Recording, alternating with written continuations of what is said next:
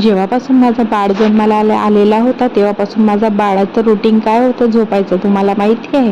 रात्रीचे 11 वाजता तो जागायचा, दिवसभर तर मस्त झोपायचा. वाजले रात्रीचे 11 तर दादूची तर मॉर्निंगच झाली अशी वाटायची. रात्रीचे 11 वाजतापासून तर सकाळच्या 5 वाजतापर्यंत तो एक झोपायचा नाही, नुसता रडत राहायचा. कोणाला वाटायचं याला भूक तर नाही लागली, दूध पण दिलं तरी रडायचा. कोणाला वाटते की याच्या पोटात तर नाही दुखत आहे, पोटासाठी काही केलं तरी पण रडायचा.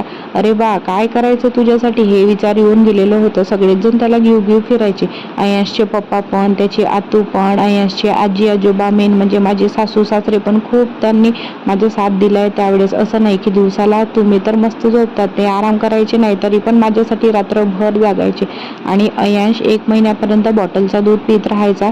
म्हणून मग आई बाबा पण त्याला आपल्या जवळ झोपवायला न्यायचे, कारण की तुला तुझी तरी झोप झाली पाहिजे. माझ्या सासूबाईंना हे सगळं कळायचे की बाळाच्या आईची तब्येत ठीक असली म्हणजे बाळ सुदृढ राहणार बा, म्हणून त्यांनी माझी खूप काळजी घेतली आहे डिलेव्हरीच्या नंतर पण आणि डिलेव्हरीमध्ये पण. आणि वेळेवर माझं जेवण, वेळेवर नाश्ता, असं सगळं काही त्यांनी माझ्यासाठी केलं. आणि हा बघा बंकू बाबा आमचा रात्रीचे 2 वाजले तरी किती फ्रेश आहे, मस्त छान इकडे तिकडे बोलायची कोशिश करत आहे. आणि आता आईची ड्युटी लागली याला बघायला.